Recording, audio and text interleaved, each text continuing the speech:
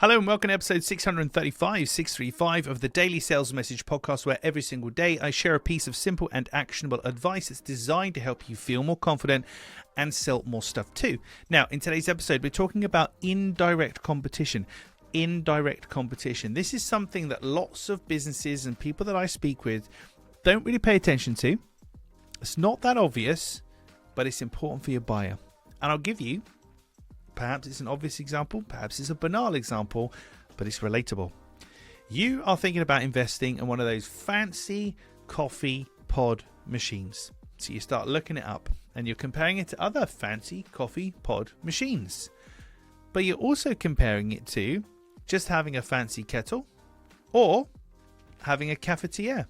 So if you're in the fancy coffee pod machine market, you might think your competition are other people that make fancy coffee pod machines, and you'd be right. But your buyer is also trying to make a decision between buying a really nice expensive kettle that they can make all sorts of drinks out of and it will last them for a long time, a cafetiere, which is, for some people that's more appealing, or to go with a coffee pod system. So they're not trying to decide between which coffee pod machine they want. They're trying to make the best decision with the solutions available, from cafetiere to kettle to coffee pod machine. So the cafetiere and the kettle are your indirect competition.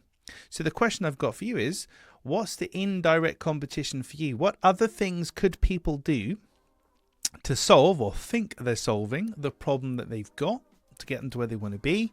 What does that look like, and how do you stack up against them? Because if you can't compare and argue against the indirect competition, you're going to make it harder for your buyer to make a decision. Whereas if you can, and you say this is why you want to buy a coffee pod machine over a cafetiere, over a kettle, you're doing the thinking for them, you've done the homework for them, you're going to make the buying decision much easier for them too.